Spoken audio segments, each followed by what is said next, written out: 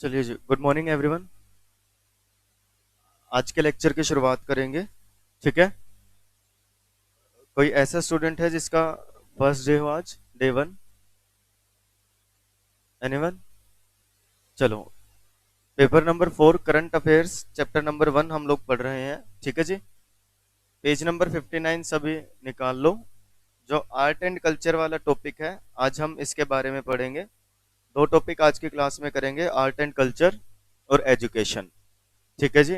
जितना कंटेंट है ये मैंने आसान सा करवाया है। बाकी जो मेन कंटेंट है इस चैप्टर का वो मैंने अभी डिस्कस नहीं किया था, ताकि आपको एक फ्लो, आपको पता लग जाए भाई किस तरीके से क्या क्या कंटेंट दिया हुआ और क्या क्या हमें पढ़ना है। ठीक है। देखो भाई, सबसे पहले हम बात करेंगे आर्ट एंड कल्चर के बारे में। तो यहाँ पे आपको क्या दिया हुआ है, स्टैच्यू ऑफ इक्वालिटी के बारे में। कोई बताएगा कहाँ है, ये क्या है? स्टैच्यू ऑफ लिबर्टी नहीं बेटा, स्टैच्यू ऑफ इक्वालिटी।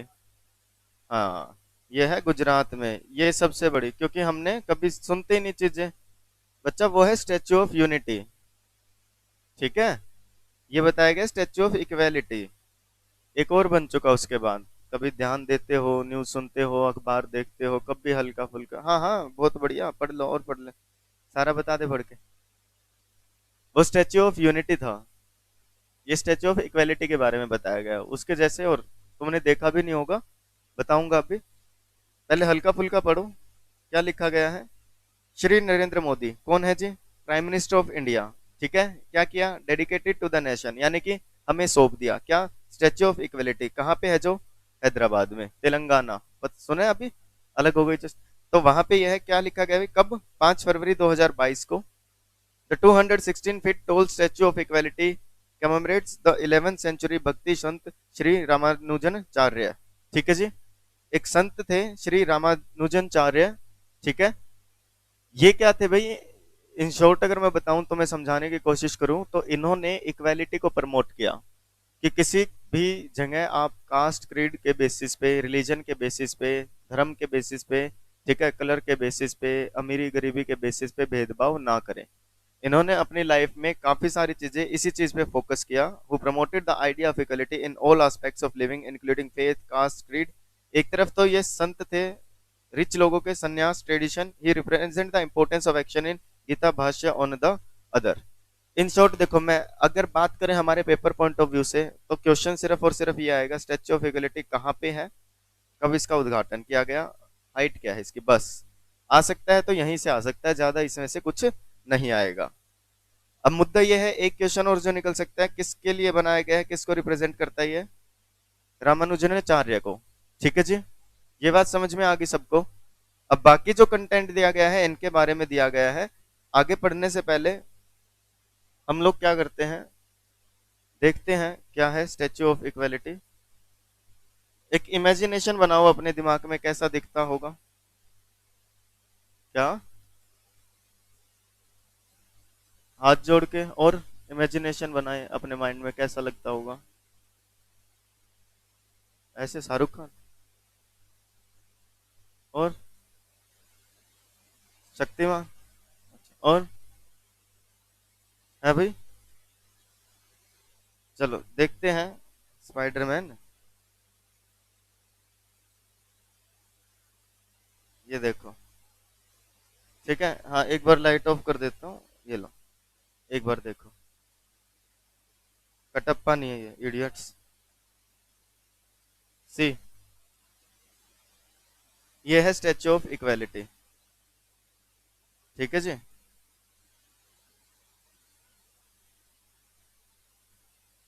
ये देखिए, ऐसा दिखता है ये। 1,000 करोड़ की लागत से बन रहा है रामानुजाचार्य का मंदिर। 120 किलो सोने की मूर्ति होगी स्थापित। ये नहीं है वो 120 किलो की। ठीक है। बहुत बढ़िया एक जगह है भाई जो बनाई गई है। देखो,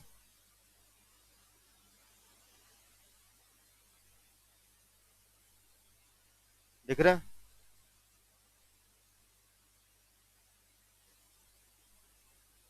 वीडियो, वीडियो ना यूट्यूब पे देखना। यहाँ पे भी फाउंडेशन शो वगैरह होता है। ये है वो जो तुम सोच रहे थे। चलो, अब इसके बारे में देखते हैं भाई। क्या बातें हैं।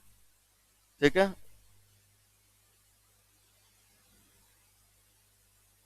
ये देखो, ये ऑफिशियल वेबसाइट है स्टैच्यू ऑफ इक्वालिटी। ठीक है जी, www.statueofequality.org। डायनामिक फाउंटेन शो अगर तुम्हें देखना है यहाँ जा करके तो 1 बजे, 4 बजे, 6 बजे और 8 बजे होता है भाई। 200 रुपये टिकट है, बच्चों की 125 रुपये। ठीक है, देखो भाई, प्लान योर विजिट, इस तरीके से बनाया गया है भाई। माहिष्मती नहीं है ये। ठीक है, कोई ना, अपने को पढ़ना है, बाद में देख लेना वेबसाइट। देखते हैं यहाँ, अबाउट भगवान श्री रामानुजाचार्य। ओके जी, देखते हैं क्या लिखा गया है इनके बारे में। इन्होंने क्या बोला था भाई, to elevate the misery of others I don't mind facing the throes of hell. In short तो मैं हल्का फुल्का समझाने की कोशिश करूँ भाई, दूसरों के भलाई के लिए डर नहीं है, अगर कुछ चीज मतलब कुछ दुख दर्द भी भुगतने पड़े तो। All are eligible to enter temple, मंदिर में जाने के लिए सभी एलिजिबल हैं, किसी को रोका ना जाए जाति के बेसिस पे, भाई छोटी जाति का है, ठीक है, या गरीब है या अमीर है। The creator showed no partiality nor should we, हमें बनाने वाले ने जब कोई पार्शलिटी नहीं की, भेदभाव नहीं किया, तो हम क्यों करें। All are equally qualified to chant the name of God, सभी को बराबर का अधिकार है भगवान का नाम लेने का। All are equal in the eyes of God, भगवान की नजरों में सभी बराबर हैं। ठीक है जी, इन्होंने ये मैसेज दिए थे। ठीक है जी, क्या, shed your ego serve all beings as service to God, मतलब भगवान से related nobody is infallible, do not humiliate anyone, किसी दूसरे को नीचा ना दिखाएं, बेइज्जती ना करे किसी की। Serve society which is universal form of a god, उस सोसाइटी के लिए काम करे जो भगवान ने सबके लिए बराबर बनाई है। What is the supreme importance is purity of mind. ठीक है, क्या लिखा है, what is the supreme importance, आप सबसे ज्यादा जरूरी क्या है, साफ मन होना। ठीक है, दिमाग में अपने सबके लिए प्रेम होना, प्यार होना, किसी को नीचा नहीं दिखाना, किसी की बेइज्जती नहीं करना। ठीक है, 1017 CE, born in 1070 CE, Shri Perumbudur, कहाँ पैदा हुए थे भैया, बर्थ प्लेस क्या है इनकी, श्री पेरुम्बदूर, इंडिया में। Ramanujacharya is a revered world wide as Vedic philosopher, social reformer and one of the most important exponents of Shri Vaishnava tradition. इन्होंने, इनका नाम मतलब ऐसा नहीं है कि सिर्फ इंडिया इंडिया में, पूरे संसार में इनका नाम फैला था भाई। फिलोसफर थे ये, सोशल रिफॉर्मर थे।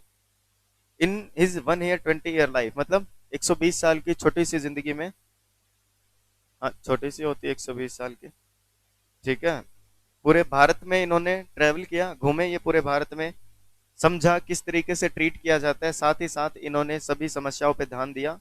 क्या माना गया भाई इनको, स्पिरिचुअल रिवोल्यूशनरी माना गया, जिन्होंने काफी सारे बदलाव ला करके दिए। Brought the treasure of Vedic literature to the doorstep of the common man, हर एक घर में इन्होंने वैदिक लिटरेचर के बारे में बातें बताई।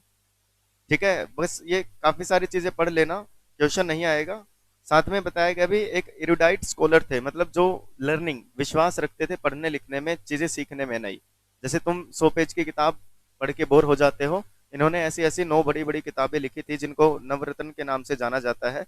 नो स्क्रिप्चर्स मतलब शास्त्र इनको बोल सकते हैं, ये इन्होंने लिखे थे भाई। वेदार्थ संग्रह, श्री भाष्य, गीता भाष्य, वेदांत दीपा, वेदांत सारा, शरणगति गद्या और श्रीरंगा गद्या और श्री वैकुंठ गद्या और लास्ट नित्य ग्रंथ। ठीक है, बताया गया है किसमें क्या था। ठीक है, ये सारी चीजें वेदांत सूत्र, उस पे इन्होंने एक बुक लिखी जिसका नाम वेदांत दीपा रखा गया। डिटेल्ड कमेंट्री थी भगवत गीता पे, जिसे गीता भाष्य बोला गया। ये चीजें इन्होंने लिखी थी, लर्निंग में विश्वास रखते थे ये। इरुडाइट स्कॉलर का मतलब होता है जो नई नई चीजें सीखने में विश्वास रखे। बाकी इनके बारे में बताया गया है, अब से 1000 साल निकल चुके हैं।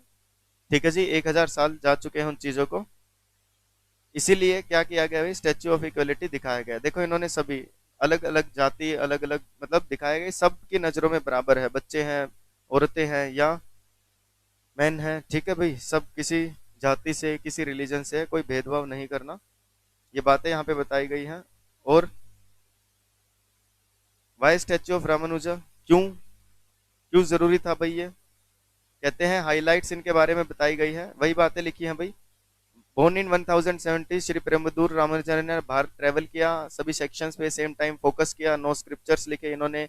प्योरिटी था हार्ट में, इनके दिल में, मेंटोर सिरुलर सबको बराबर समझते थे कि कोई राजा है, महाराजा है कोई, ठीक है, कॉमन मैन है कोई, सबको भक्ति और डिवाइन लव की तरफ लेकर के गए। कह रहे बनाने का मोटिव क्यों था, इक्वालिटी अक्रॉस कास्ट, इन्होंने सभी कास्ट में कोई भेदभाव नहीं किया, कास्टिज्म में विश्वास नहीं रखते थे, भी सब लोग बराबर हैं। कहते हैं share the mantra with everyone, सबको यही सिखाया irrespective of the caste, caste के बेसिस पे अलग अलग भेदभाव ना करते हुए क्या बोला कि सभी लोग क्या होने चाहिए, बस डिवोटेड, भगवान के प्रति समर्पित और हमेशा नया कुछ सीखने के लिए ईगर, मतलब तैयार रहे। समझ गए भाई? इक्विटी अक्रॉस जेंडर, जेंडर के बेसिस पे भेदभाव ना करें, सोशल स्टेटस यानी कि अमीर गरीब के बेसिस पे भेदभाव ना करें, किसके पास कितना है, बाकी इसके बारे में बताया गया है भाई। ये जो स्टैचू है आपका, काफी सारे books, brochures, print media, paper media, annual reports, audio और वीडियोस जो आपको देखनी है, फोटो गैलरी अगर आपको देखनी है तो ठीक है, यहाँ की कौन सी पूजा होती है, कौन यहाँ पे आता है, कंस्ट्रक्शन क्या है, कैसे क्या चीजें बनाई गई हैं, ये सारी बातें इसमें दी गई हैं भाई, आप एक बार विजिट करके देख सकते हैं। ठीक है जी, डन। किसका नाम बेटा? ना ना कुछ नहीं, इतना आएगा। अब मैं सही बताऊं, ये जो मैंने वेबसाइट पे पढ़ा है सेम वही चीजें हैं भाई जो यहाँ पे लिखी गई हैं, ये देख लो, एज इट इज ये मैंने करवाया। भगवान की नजरों में सब बराबर हैं, सभी भगवान का नाम जपते। बोर्न इन 1017 सीई श्री पेरुम्बदूर, ये जो चीजें बताई थी ना मैंने, ये एज इट इज आपके मॉड्यूल में दी गई हैं भाई, वेबसाइट से ही ये चीजें उठाई गई हैं और यही चीजें मैंने तुम्हें बताई हैं, देख लेना। Shed your ego, serve all being, service to god, ये सारी as it is, do not humiliate anyone, ये मैंने आपको पढ़ा दिया भाई। ठीक है, brought the treasure of Vedic doorstep of the common man, हर किसी के हाईलाइट मत करना ये, ठीक है, कॉमन मैन तक इन्होंने बताया। Was an inspiration for mistake poets Kabir, Mirabai, इनकी नजरों के लिए क्या थे, इंस्पिरेशन थे, जिन्होंने कविताएं वगैरह लिखी, ये भी बता दिया ना। एरुडाइट स्कॉलर थे ये, नो स्क्रिप्चर्स लिखे थे, ये सारी चीजें मैंने दिखा दी ना तुम्हें। इवन यहाँ पे मॉड्यूल में साफ साफ मेंशन किया जाता है करंट अफेयर्स में कौन सी न्यूज कहाँ से उठाई गई है, ये देख लो। https statue of equality .org click करेंगे तो कहाँ पहुंचेंगे, ये देख लो, उसी वेबसाइट पे उसी जगह पहुंचेंगे भाई, एज इट इज, और यहीं से ये चीजें उठाई गई हैं। ठीक है, तो सब पढ़ लिया हमने। एक चीज जो मेरे को बतानी है अब आपको, वो ये है, जो पैरा वहां नहीं था, ये दो। ठीक है, पढ़ो क्या लिखा है।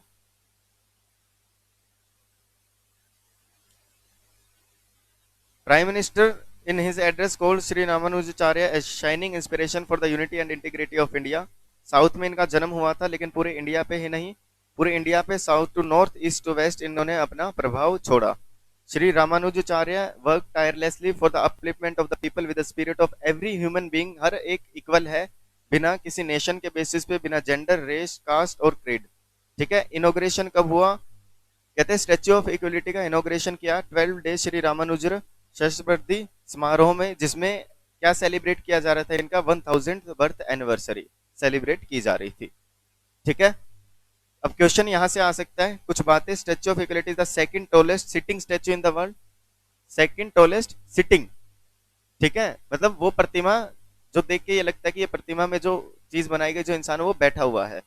जो बेस बिल्डिंग है, यानी कि जो जिसके ऊपर ये टिका है, इसका बेस, ठीक है, जैसे जो बेस होता है ना, उसमें क्या बनाया गया भाई, एक वैदिक डिजिटल लाइब्रेरी है, रिसर्च सेंटर है, जिसमें इंडिया के पुराने टेक्स्ट, थिएटर, गैलरी बनाई गई है, उनका काम दिखाया गया है। पंचलोहा से ये स्टेच्यू बना है भाई, यानी कि 5 कॉम्बिनेशन है किसका, मेटल्स का, 5 मेटल्स का, गोल्ड, सिल्वर, कॉपर, ब्रास और जिंक। और ये one of the tallest metallic statue है सिटिंग पोजीशन में वर्ल्ड में। ठीक है, 54 फीट हाइट है बेस बिल्डिंग की, जिसे भद्रवेदी बोला जाता है, डिवोटेड वैदिक डिजिटल लाइब्रेरी। अगर तुम्हें मैं बताऊं 54 फीट हाई बेस का मतलब है जहां तुम बैठे हो ऐसे ऐसे 5 माले, 5 फ्लोर। यहाँ की जो ये हाइट है, जो ये दिख रही है तुम्हें छत, ये 10 फीट है भाई, तो देख लो इससे 5 गुना, इतना तो इसका बेस है।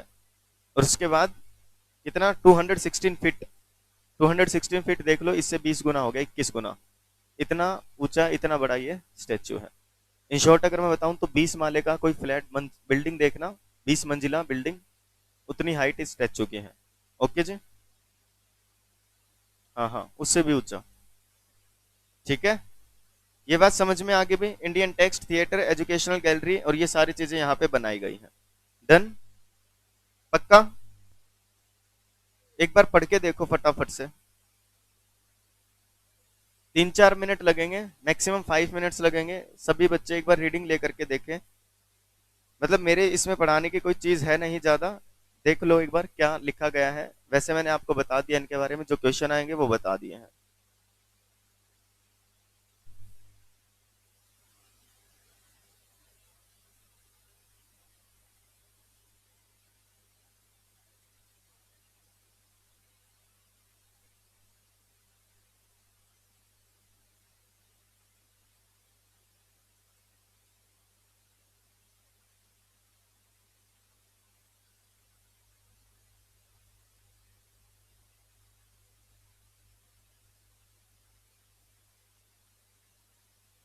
ऑनलाइन स्टूडेंट्स फटाफट से रिप्लाई कर दो। ये पॉइंट्स क्लियर है क्या आपको?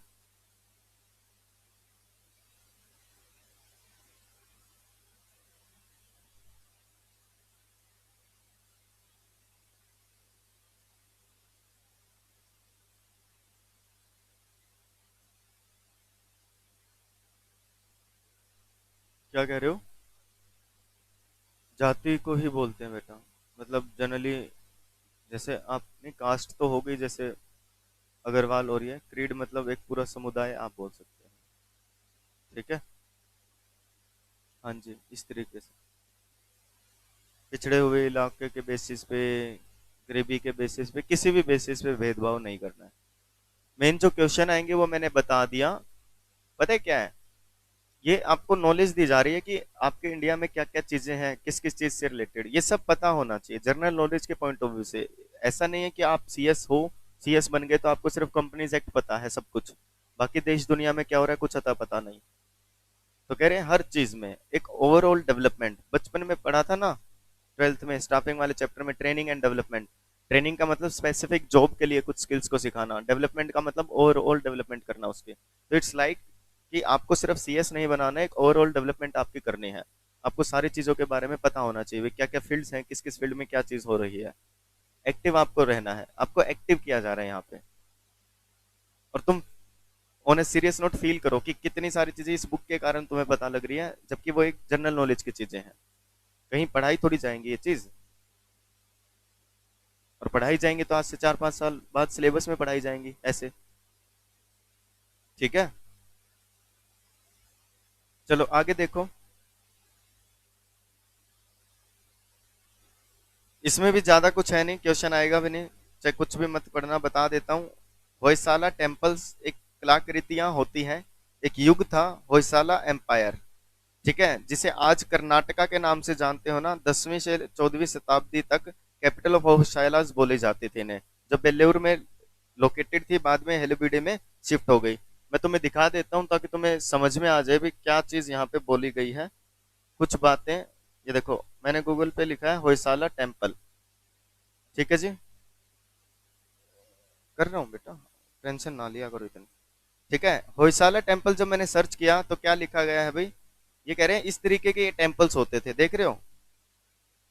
ठीक है, ये डिजाइन देख रहे हो, आर्किटेक्चर, ये सारी चीजें, ये तो कह रहे हैं बस ये देख लो एक बार, समझ लो भी इस चीज की एक दिमाग में इमेज बैठ जाती है ना, ये दो देख लो कि हाँ ऐसे ये मंदिर है, ऐसे टेम्पल्स हैं। तो इससे रिलेटेड क्या बोला गया, अब पढ़ना, अब तुम्हें समझ में आ जाएगा क्या चीज लिखी गई है। ये लिखा गया है कि 31 जनवरी 2022 को 3 होयसाला टेम्पल्स, चिनकेशवा टेम्पल बेल्लूर में है, जो लिखा गया है ना, कैपिटल था उस समय के युग के। होयसालेश्वरा टेम्पल हेलिबीडू में, जो बाद में शिफ्ट हो गया था। और केशवर टेम्पल सोमनाथपुरा में कर्नाटका में नॉमिनेट किए गए हैं इंडिया के द्वारा कि इन्हें वर्ल्ड हेरिटेज साइट बनाया जाए। ठीक है, मान्यता दी जाए वर्ल्ड हेरिटेज साइट की 2022-23 के लिए, यानी कि जो अभी आपका ईयर चल रहा है। Sacred ensembles of Hoysala are the UNESCO tentative list since 15 April 2014, represent करते हैं एक highest point of human creative genius and stand testimony of the rich historical and cultural heritage of our country. हमारी country की एक rich heritage दिखाते हैं कि कितनी कलाकृतियां थी, कितनी क्रिएटिव जीनियस लोग हमारे यहाँ पे थे जिन्होंने इतनी क्रिएटिविटी दिखाई। एक इम्पोर्टेंट एरा माना जाता है डेवलपमेंट, जहाँ पे आर्ट का, आर्किटेक्चर का, रिलीजन का साउथ इंडिया की डेवलपमेंट हुई, होयसाला आर्किटेक्चर। ठीक है जी। फीचर्स क्या थे इसके? होयसाला टेम्पल्स हाइब्रिड थे, विस्तारा इन नेचर और देयर यूनिक स्टाइल। देख लिया कि मतलब इनके, आपने डिजाइनिंग देखी किस तरीके के ये दिखते हैं, तो कह रहे हैं इनकी एक अलग सी थी। ठीक है, vimana is pyramidical shape, pyramidical shape थे साथ में। They are made of soapstone which relatively soft stone that gives artist room for integrate design. कह रहे हैं सोप स्टोन से ये बने होते थे, जो थोड़े सॉफ्ट होते हैं नेचर में, जिसपे एक आर्किटेक्चर या जो क्या है, जो डिजाइन आर्टिस्ट थे वो कलाकृतियां बना पाए। आज के समय में देखते हो कितना मुश्किल होता है पत्थर की मूर्ति बनाना, और उस टाइम पे देखो आप कितने ज्यादा ज्यादा कितने बड़े बड़े मंदिर, मतलब छतों के ऊपर, दीवारों के ऊपर, ऊंचाइयों पे कितने डिजाइन वहां पे बनाए गए हैं। Temples come with star like ground plans and profusion of decorative carvings. The jagati around the temple is open pradakshina path. ठीक है, आप देखते हो जो मतलब टेम्पल, पुराने टेम्पल्स आप विजिट करते हो, इन शॉर्ट अगर मैं बताऊं, कभी आपने अग्रोहा धाम विजिट किया हो या तो आप देखते हो उनकी डिजाइनिंग कैसे, कितना ओपन होता है, कितनी ऊंची ऊंची इनकी जो रूफ टॉप होता है कितना ऊंचा होता है, और जो शेप होती है। बस मेन मुद्दा ये बताया गया है, क्वेश्चन नहीं आएगा यहाँ से कोई भी ज्यादा। ठीक है जी, पढ़ लेना बेसिक नॉलेज के लिए। ये कुछ आर्ट एंड कल्चर से रिलेटेड बातें बताई गई, कुछ आपको अवार्ड से रिलेटेड बातें बताई गई, कुछ बातें आपको स्पोर्ट्स से रिलेटेड बताई गई, फिर नेशनल बर्ड, नेशनल फ्लावर, इन चीज से रिलेटेड बातें बताई गई। ठीक है जी, स्टार्टिंग में आपने पढ़ा था। अब जो आता है एक एजुकेशन, तुम्हारे काम की बातें। ठीक है, यहां से सिर्फ एक क्वेश्चन अगर आएगा तो ये आएगा, जो ये है परीक्षा पे चर्चा। नोट कर लो, इस साल 1 अप्रैल 2022 को हुई थी। है क्या जी? प्रधानमंत्री नरेंद्र मोदी जी द्वारा हर साल एनुअल बेसिस पे आयोजित किया जाने वाला एक इवेंट है, जिसमें मोदी जी कुछ बच्चों को इनवाइट करते हैं, जो इनविटेशन मतलब एक्सेप्ट करते हैं। कुछ पेरेंट्स होते हैं, टीचर्स होते हैं, उनके साथ एक चर्चा की जाती है कि एग्जाम फियर से कैसे बचें, क्या क्या चीजें होती हैं एग्जाम के समय, कैसा माहौल होता है, क्या टेंशन लेनी है क्या नहीं, कैसे पढ़ाई करें। परीक्षा पे चर्चा, समझ गए? इस साल परीक्षा पे चर्चा हुई थी 1 अप्रैल 2022 को। कहते हैं परीक्षा पे चर्चा एक ऐसा इवेंट होता है जहां प्राइम मिनिस्टर रिस्पॉन्ड करते हैं उन सवालों के जवाब एग्जामिनेशन स्ट्रेस से रिलेटेड होते हैं, जो जो स्टूडेंट्स के मन में होते हैं, भाई हम कैसे करें। लास्ट ईयर बताया गया है, पिछले साल क्या भैया 7 अप्रैल 2021, इस साल 1 अप्रैल 2022 इंटरेक्ट किया स्टूडेंट्स के साथ, टीचर्स के साथ, पेरेंट्स के साथ। फोर्थ एडिशन था ये। की टेक अवेज मतलब क्या क्या मेन बातें थी परीक्षा पे चर्चा 2021 की। कहते हैं not to fear exams, exam से डरे नहीं। पढ़ लो, अब तुम्हारे काम की बात है, तुम्हारे भी काम आएंगी। बल्कि इसको एक टेस्ट के बेसिस पे लें कि हम अपने आप को कैसे सुधार सकते हैं। सोशल और फैमिली एनवायरनमेंट प्रेशर बना देता है स्टूडेंट्स पे, जो कि सही नहीं है। फैमिली मेंबर्स और रिलेटिव्स को प्रेशर नहीं बनाना चाहिए स्टूडेंट्स पे। कहते हैं जो बोर्ड एग्जाम पर वेरी इंपॉर्टेंट होते हैं, जो जिसको लेकर स्टूडेंट ज्यादा कॉन्शियस और स्ट्रेस हो जाता है। एग्जाम जिंदगी समाप्त नहीं होती। ये चीज मैंने भी कहा था आपको कि आप ये मत सोचो भाई मैं अटेम्प्ट लग गया, मैं फेल हो गया। देखो नो डाउट इसका ये मतलब नहीं आप इतने रिलैक्स हो जाएं, आलसी हो जाएं कि आप जिंदगी थोड़ी खत्म हो रही है।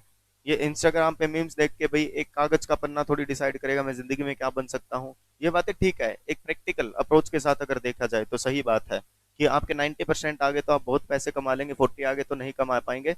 एजुकेशन का और अर्निंग का कोई लेना देना नहीं होता। ये पर्सनल मैंने ओपिनियन अपने लाइफ में 7-8 साल के करियर में ये चीजें देखी हैं कि इस चीज में एक्चुअल में इस चीज का कोई लेना देना नहीं होता। लेकिन स्टिल इसका ये मतलब नहीं होता कि आप बिल्कुल भी ना पढ़े। आप कहीं पे एग्जाम आपका रह जाता है तो ऐसा नहीं कि जिंदगी खत्म हो गई। हाँ, मैं मतलब आपने भी देखा होगा काफी सारी न्यूज आती है कि फियर, डर के मारे लोग सुसाइड कर लेते हैं। 3 इडियट्स मूवी देख के आपने काफी सारी चीजें सीखी होंगी, बट उसमें वो जो एक करेक्टर दिखाया गया था जिसके मतलब इन्वेंशन जो उसने की थी ड्रोन की, उसको कंसीडर नहीं किया गया तो उसने फांसी लगा ली थी।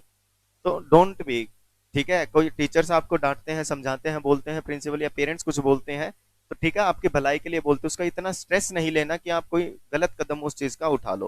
कहते हैं exam not the end of your life, आपकी जिंदगी नहीं खत्म हो रही। यहाँ तक बड़े हो गए, बचपन में कम नंबर आए होंगे, ज्यादा आए होंगे, तो भी बड़े तो हुए हो ना। ऐसा तो है नहीं जिसके 90% आए वो जल्दी बड़ा हो गया, ज्यादा अच्छा कहलाया। नर्सरी में तो हम सबके 90% आते थे, सबके ही आते थे। कोई बता दो यहाँ ऐसा बैठा हो कि जिस नर्सरी में फेल हुआ हो या 30% 40% नंबर आए हो, सारे टॉप करते थे, सबने किया है। ठीक है, बस आज फर्क क्या है, समझो उस चीज को। It is just a milestone that you have to cross. ये सिर्फ एक रुकावट कह लो, एक स्टोन है, एक जो आपको क्रॉस करना है। माइलस्टोन एक अचीवमेंट आपको मान ली है। इग्नोर करो एक्सटर्नल प्रेशर और अपना कॉन्फिडेंस बूस्ट करो। पेरेंट्स को वर्क करना चाहिए बच्चों की स्ट्रेंथनेस पे और वीकनेस पे, कि उसके बच्चे की स्ट्रेंथ क्या है, वो किस समय पढ़ सकता है, उस समय उसको पढ़ने का माहौल दो। उसकी वीकनेस क्या है, उससे रिलेटेड उसको डील करवाओ। बिजी लाइफ होती है पेरेंट्स की तो वो रिस्ट्रिक्ट कर लेते हैं, एग्जाम प्रिपरेशन में बच्चों का साथ नहीं देते। तो पेरेंट्स को ये जाके घर पे पढ़ाने मत लग जाना, अपने पेरेंट्स को पढ़ो। ठीक है, तुम्हारे लिए पढ़ लो। स्टूडेंट को अटेम्प्ट करने चाहिए टफर क्वेश्चन पहले जब एग्जाम लिखे। कहते हैं स्टूडेंट्स जो इजियर सब्जेक्ट या इजियर क्वेश्चन पहले अटेम्प्ट करते हैं, लेकिन एडवाइजेबल क्या है, टफर क्वेश्चन पहले, ताकि आपका माइंड फ्रेश होता है, उस टाइम ज्यादा अच्छे से काम कर पाता है। ठीक है, लिखने की हैबिट होती है, थके नहीं हुए होते आप, तो आसान है तो वो तो बाद में भी लिखा जाएगा। कह रहे टफर क्वेश्चन आप पहले आप क्या करें जी, अटेम्प्ट करें। अदरवाइज आपको क्या होता है, हाँ बस आसान आसान अटेम्प्ट कर देते हो, बस इतना ही आता था, अब क्या करें। ठीक है, अब नहीं आ रहा तो चलो उठ के चलते हैं। फिर आप सोचने की कोशिश नहीं करते, आप कोशिश करते हो हाई चीटिंग हो जाए, ऐसा हो जाए, वैसा हो जाए। No to run away from any subject even it is difficult, किसी सब्जेक्ट से भागो मत, वो डिफिकल्ट लग रहा है तो भी फ्री टाइम की वैल्यू करो। ठीक है, कहते free time should be valued as without it life, अगर कह रहे फ्री टाइम नहीं निकालोगे तो रोबोट हो जाओगे, लेकिन इतना भी फ्री टाइम नहीं निकालना कि वो वेस्ट हो जाए। बेस्ट अपॉर्चुनिटी होती है नए सीखने के लिए। ये सारी चीजें आपको बताई गई हैं भाई, बता देता हूँ फटाफट से। जिंदगी बहुत लंबी है और एग्जामिनेशन बहुत छोटे हैं। ठीक है, एक छोटी सी स्टेज है आपके लाइफ की। Parents teacher pair should not pressure on students. Exam को एक गुड ओकेशन मानो, मतलब एक त्योहार की तरह सेलिब्रेट किया करो इसको। इंतजार करा करो, जैसे दिवाली आती है ना, ऐसे कि हाय मेरा पेपर आएगा, उसकी तैयारियां किया करो। ठीक है, मैं पेपर में जाऊंगा, सेलिब्रेट करूंगा। ठीक है। छुट्टी होती है कब पढ़ाते हैं पेपर वाले दिन, बताओ? किसी स्कूल ने पढ़ाया आज तक पेपर वाले दिन? बता, कौन बुलाता है आपको पेपर वाले दिन? आते हो तुम स्कूल में?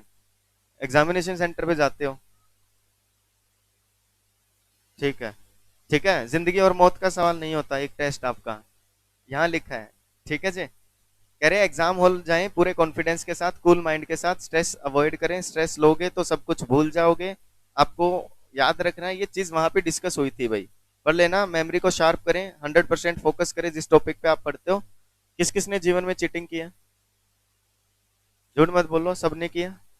ऐसे करना है, मैं बता रहा हूँ, मैं ये नहीं कह रहा मैंने किया। ठीक है। अच्छा एक चीज बताओ, जब आप चीटिंग करते हो तो एग्जाम हॉल से बाहर आने के बाद जो चीज आपने चीटिंग की थी वो आपको प्रॉपर याद रहती है? मैंने ये वाला पॉइंट देखा था, ये उसमें लिखा था, ये मैं लिख के आया हूँ। इवन वो 4-5 दिन तक याद रहता है आपको कंटेंट, जबकि पूरे साल तुम पढ़ते हो, मेहनत करते हो, वो तुम पेपर वाले टाइम याद नहीं आता। क्या फर्क है इस चीज का? कंसंट्रेशन पावर, दिमाग तो पढ़ाई में ज्यादा लगता है, चीटिंग में कम लगता है। बात होती है सिर्फ कंसंट्रेशन पावर की, क्योंकि जिस समय तुम दूसरे की शीट पे ऐसे देख रहे हो उस समय तुम्हें परवाह नहीं होती बाहर क्या हो रहा है, कौन सा ट्रैफिक गया, क्या हुआ क्या नहीं।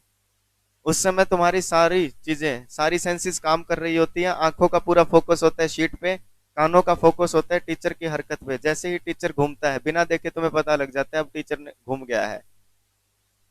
ठीक है, और गलती से बाय चांस तुम ऐसे देख रहे होते हो, तुम्हें फिर भी पता लग जाता है टीचर मेरी तरफ देख रहा है, फिर ऐसे ऐसे करने लग जाते। याद नहीं आ रहा, हाँ ये था, फिर ऐसे, नहीं ये नहीं था, फिर आप ऐसे। लेकिन अगर तुमने एक बार देख लिया तो बस क्या बोलते हो अपने दोस्त को, बस एक बार 2 सेकंड दिखा दियो, 2 सेकंड में पूरा स्कैन। हम क्लास में टीचर पढ़ाते रहते, तुम्हें बोल बोल के पढ़ लो, ऐसे वैसे माइक लगा करके तुम्हें पढ़ाया जाता है। लेकिन एग्जाम हॉल में पहले बेंच पे बैठा तुम्हारा दोस्त थोड़ा सा वो सुन जाते तुम्हें, हाँ बस ठीक हो गया, वो चीज समझ में आती है। बात सारी कंसंट्रेशन की होती है।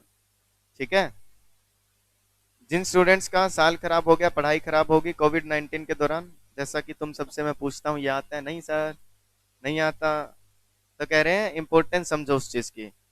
कहाँ से उठाई गई हैं ये चीजें? यहाँ से, हिंदुस्तान टाइम्स से, डीएनए इंडिया से, रिपब्लिक वर्ल्ड की जो न्यूज आई थी वहां से ये चीजें उठाई गई हैं। डन। इसके बाद से भी क्वेश्चन आएगा तो सिर्फ मैं बता देता हूँ, न्यू एजुकेशन पॉलिसी बनाई गई है भाई, एनईपी। इसके हाइलाइट्स क्या है भाई? ये कह रहे हैं जो एजुकेशन का तरीका है, जैसे first second third fourth fifth six seventh eight nine tenth eleven twelfth करते हो, फिर 3 साल की बीकॉम, 2 साल की एमकॉम, ठीक है, ग्रेजुएशन करते हो, मास्टर्स करते हो, कह रहे इस पैटर्न को बदला जाएगा। नया करिकुलर लाया जाएगा, 5+3+3+4। ठीक है, यानी कि फर्स्ट टू फिफ्थ एक चीज होगी, फिर सिक्स सेवंथ एट एक, नाइन टेंथ इलेवंथ एक, उसके बाद ट्वेल्थ और 3 साल कॉलेज, एक नया स्ट्रक्चर बनाया जाएगा। ये चेंज हो जाएगा पढ़ाई करने का तरीका अब। ठीक है, इसमें लिखा गया है बस आपको, नेशनल मिशन है, लिटरेसी न्यूमरेसी पे फोकस किया जाएगा, मल्टी लैंग्वेज पे फोकस किया जाएगा। इंस्ट्रक्शन एटलीस्ट ग्रेड 5 तक पढ़े, फिर ग्रेड 8 तक। इसके बाद home language, mother tongue, local language, regional language पढ़ाई जाएगी। कह रहे हैं board exams on up to 2 occasion during any given school year, 1 main examination और 1 फ्रॉम इम्प्रूवमेंट के लिए होगा भाई। नेशनल असेसमेंट टेस्ट बनाया जाएगा। ये सारी चीजें बताई गई हैं भाई, फोकस किया जाएगा, इसको पढ़ लेना। ऐसा यहाँ से क्वेश्चन नहीं आएगा, क्वेश्चन आ सकता है तो सिर्फ एनईपी की फुल फॉर्म बता दो और एक ये स्ट्रक्चर बता दो, 5+3+3+4। ठीक है भाई, 5+3+3+4, इसको हाईलाइट कर लो, और ज्यादा कुछ नहीं आएगा भाई। स्टेट स्कूल स्टैंडर्ड अथॉरिटी बनाई जाएगी। क्या कह रहे हो? क्या कह रहे हो? मतलब स्ट्रक्चर का मतलब क्या होता है? स्ट्रक्चर, ऑर्गेनाइजेशनल स्ट्रक्चर नहीं पढ़ा था आपने? अरे जो एजुकेशन है तुम्हारी, जैसे अभी फर्स्ट टू ट्वेल्थ तुम एक चीज मानते हो लगातार, उसको टुकड़ों में तोड़ा जाएगा। पहले तो क्या होता है, पहली से 12वीं 12 साल, फिर 3 साल की ग्रेजुएशन, फिर 2 साल के मास्टर्स। इस स्ट्रक्चर को तोड़ा जाएगा। 5 5 साल एक, फर्स्ट टू फिफ्थ एक, फिर 3, फिर 3, फिर 4, ऐसे पढ़ाई पूरी करवाई जाएगी। प्लान हो रहा है, लॉन्च होगी, ये सारी चीजें आएंगी। ठीक है। Setting up of multi disciplinary education research universities बनाई जाएंगी। नेशनल रिसर्च फाउंडेशन बनाया जाएगा। ये हाईलाइट्स है भाई, इसमें क्या क्या लिखा गया है। ठीक है जी। अचीव करना है 100% यूथ एंड अडल्ट लिटरेसी, हर कोई पढ़ा लिखा हो, कोई भी अनपढ़ ना हो। ये चीज बताई गई है, ज्यादा इसमें कुछ नहीं है, बस एक बार पढ़ के देख लेना। इसको भी पढ़ लेना भाई। गवर्नमेंट काम कर रही है greater synergy between education and skill for making a future ready workforce, की हमारे देश में पढ़े लिखे युवा हो। जो हम बोलते हैं ना, पढ़े लिखे बेरोजगार युवा, उस चीज को बदलना है। पढ़े लिखे हो, नौकरी भी हो सबके पास, इस चीज के लिए एफर्ट्स किए जाएंगे। नई एजुकेशन पॉलिसी लाई गई है जो कि बहुत इंपॉर्टेंट रोल प्ले करेगी। समझ गए भाई? डन? पक्का? जो मैंने करवाया उसमें से ज्यादा क्वेश्चन नहीं आएंगे भाई। अब देख लो, ये क्वेश्चन, इस साल के आईपीएल में सबसे महंगा प्लेयर कौन बिका था? ईशान किशन। ये देख लो। अब कायदे से देखा जाए तो तुम्हारे सीएस से क्या लेना देना, लेकिन ये जनरल नॉलेज होनी चाहिए, जो इग्नोर मार देते हो तुम लोग।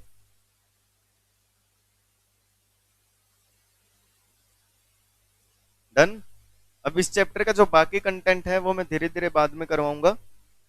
आज के लिए इतना ही डिस्कशन करेंगे भाई। ठीक है। मिलेंगे अगले लेक्चर में। टिल देन अपना ध्यान रखें, अपने पेरेंट्स का ध्यान रखें, और खूब मन लगा के पढ़ाई करें।